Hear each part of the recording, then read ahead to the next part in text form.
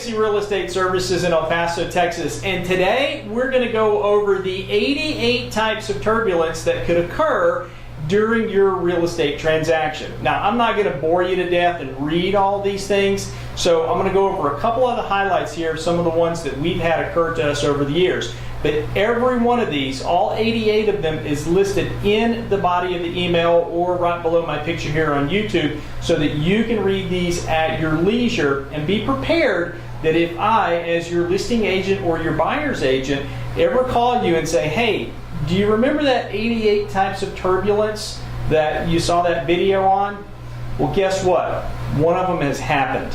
And here's what we need to do now because of that. Because it is not everything goes completely smooth each and every time.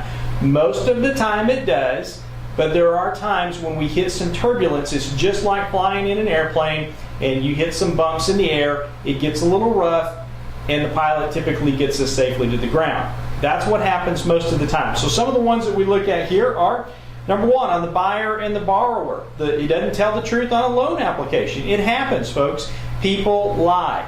We just have to be prepared on how to handle that. Has late payments on a credit report. This has happened to us recently where a client didn't pay their bill on time and their credit score dropped from the minimum score to about 5 points below. And what's going to happen is that buyer now has to go back through and make sure they get enough payments to go up on time in order to requalify for that loan. They find out about additional debt after a loan application. For example, student loans. These are coming back to haunt some people these days, and we've had this recently where one of our buyers had some student loans where they had a deferment on it, but the way the new rules are, those loans have to be counted as debt and for the debt to income ratio for qualifications. The borrower could lose the job. The co-borrower could lose the job. Income verification could be lower.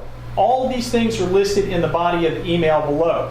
And there are some really bad things that can happen. It could be divorce. It could be, unfortunately, it could be a death. We've had that where one of the principals died recently, and the transaction, it goes away.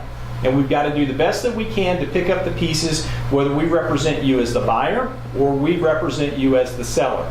So knowing what can go wrong can help you along the way in getting to closing, as long as we've got a clear, open dialogue about your transaction and all of these things here. Now, if you've got questions about these, you pick up the phone and call me. Area code 915-585-7777 is the best number to catch me on, or you could hit reply on this if you're seeing it via email, or you can hit some comments on YouTube and I'll respond to those there as well. Any way it goes, I'm happy to help you any way that I can. Thanks for watching. God bless you. And as always, make it a great day. Bye-bye.